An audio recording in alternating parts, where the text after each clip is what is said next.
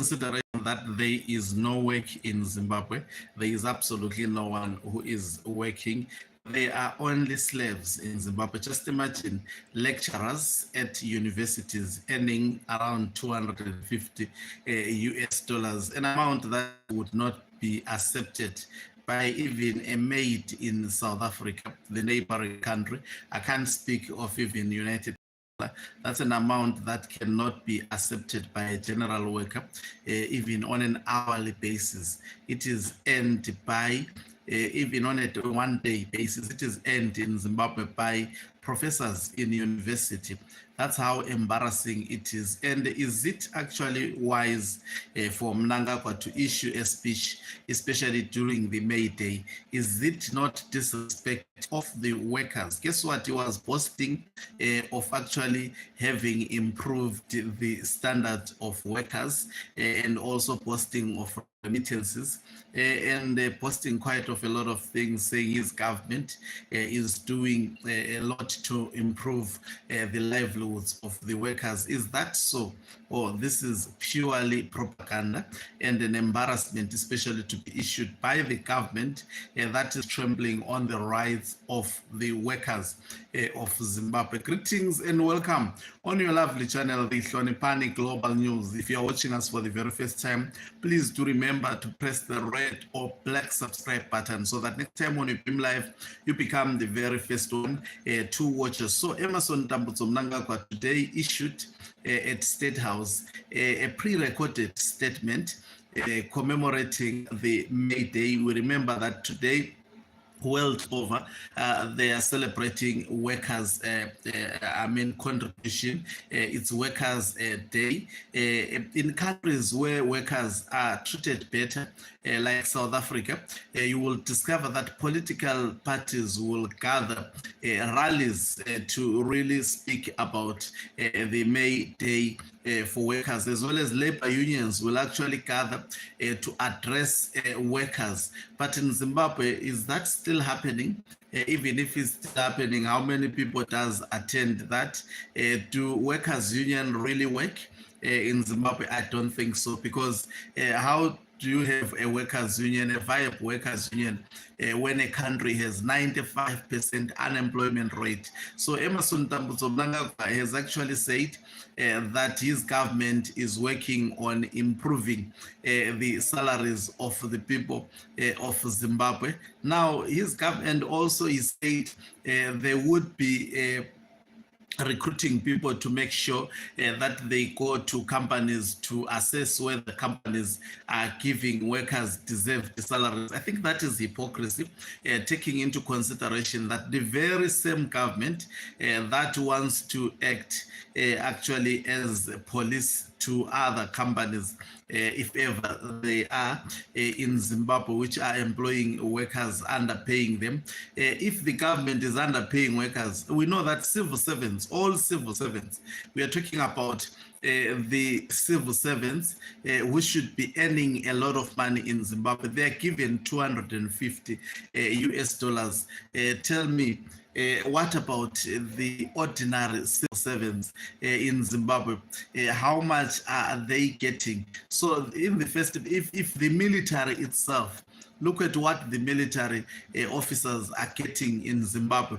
This is disrespect, and this is the government that wants to act as prefects to other companies operating in Zimbabwe. These companies, if they are underpaying workers, they are directly learning of Emmerson Tambutso Mnangagwa, which is underpaying and disrespecting civil servants who invested actually in their profession, like the lecturers and so forth.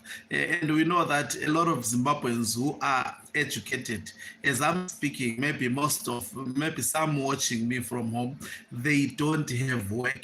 There are no companies to employ them. We've got high skilled labor, the skilled labor that ends up migrating to foreign countries, and in foreign countries most of them get the necessary required papers in order for them to get decent jobs. So they end up settling for primitive substandard jobs, and obviously working as as a house girl, working as garden boys, and send remittances that Emerson Mnangagwa is boasting, that there is increase in remittances.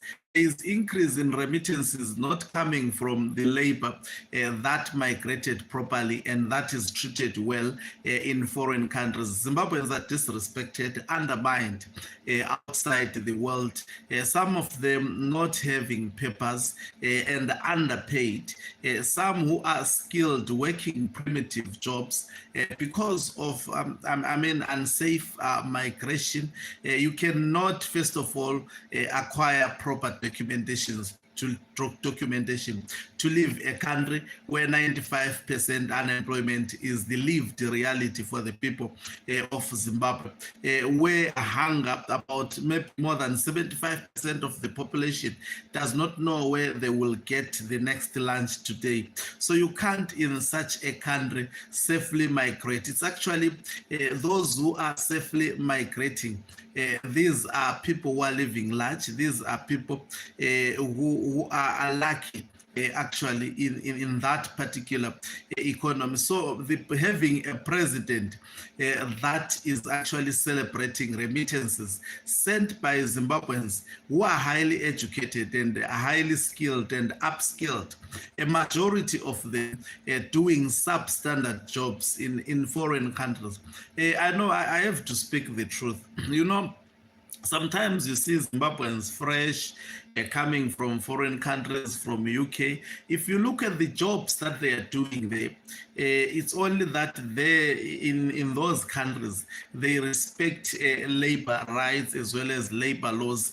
Even though you are working as a garden boy, even though you are working to wipe the feces of some certain people, they will actually pay you very, very well. These are the jobs that are done by the majority of the people of Zimbabwe.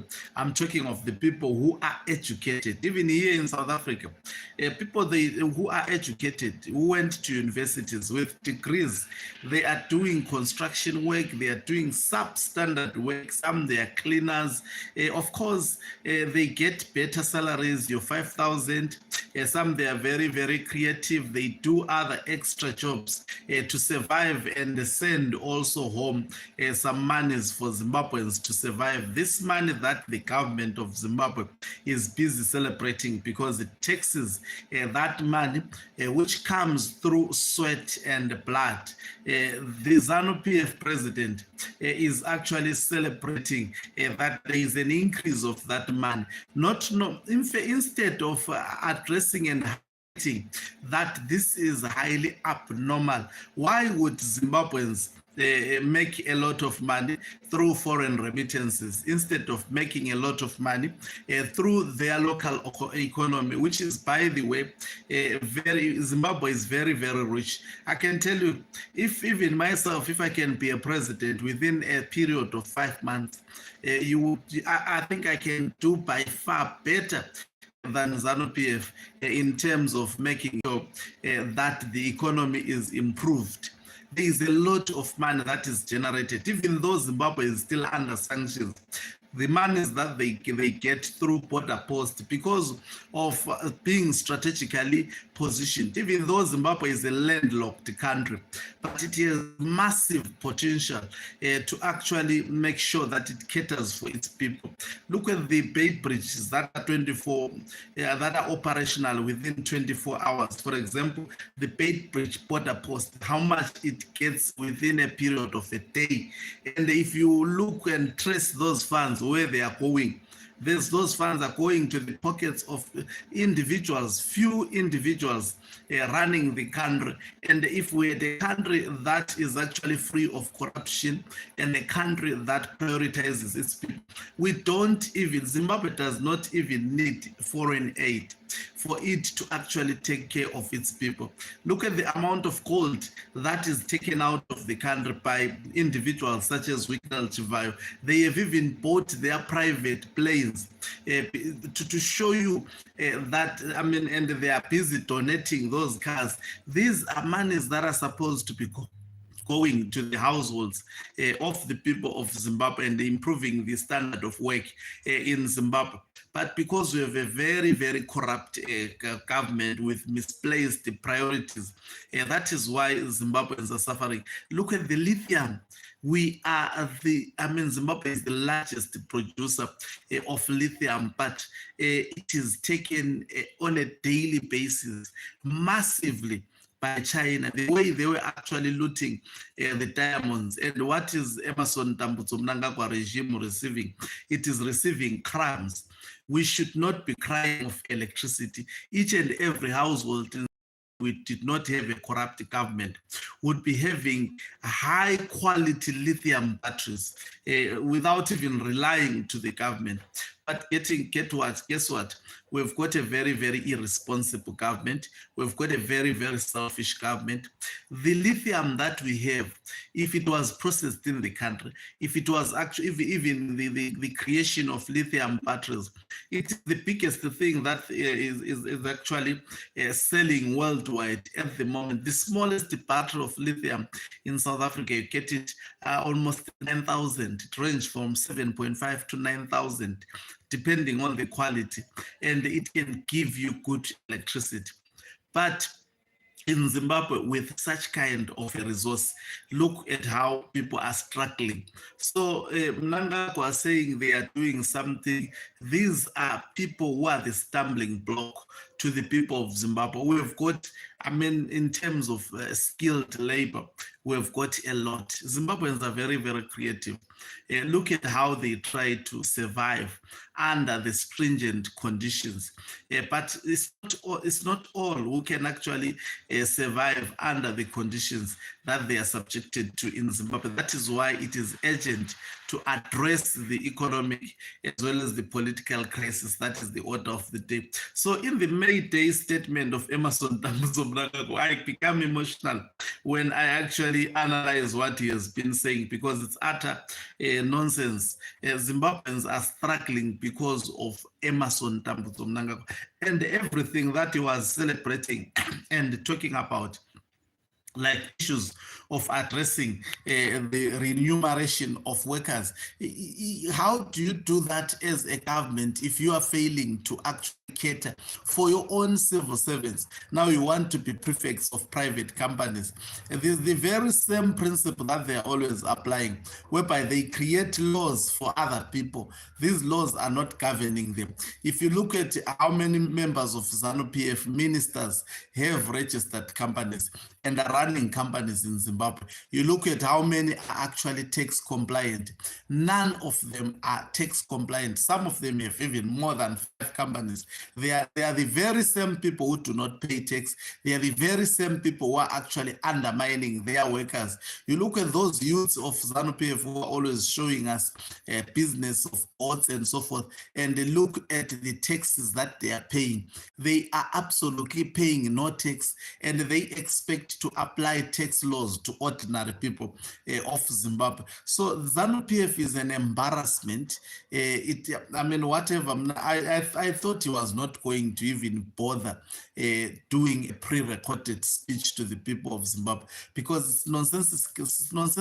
It arouses anger, especially within the people of Zimbabwe, because we know, there is absolutely no workers' message to talk about, because there are no workers in Zimbabwe. Those workers that are existing, they are highly undermined, treated as slaves. I'm talking of people who are educated and highly qualified. They are treated like slaves. So, how dare he actually even issues that particular statement and celebrate remittances? That is why Blessed Keza say upstairs there in that old man, it's not working right, because if he was properly reasoning, definitely we would not have a president acting in such a manner, even bothering to issue a statement. Was supposed to shut up. There is absolutely nothing that we can offer on the table of the people of Zimbabwe. Thank you very much for watching us. If you're watching us for the very first time, please do remember to press the red or black subscribe button, so that next time when we beam live, you become the very first one to watch us. Alternatively, you can support this channel financially by pressing the join green button and pick an affordable package there to be part of the liberators who are funding this channel. And also you can equally do so by pressing the thanks button and also picking an affordable star there and send us, and also be part of the people who are the heartbeat of this channel.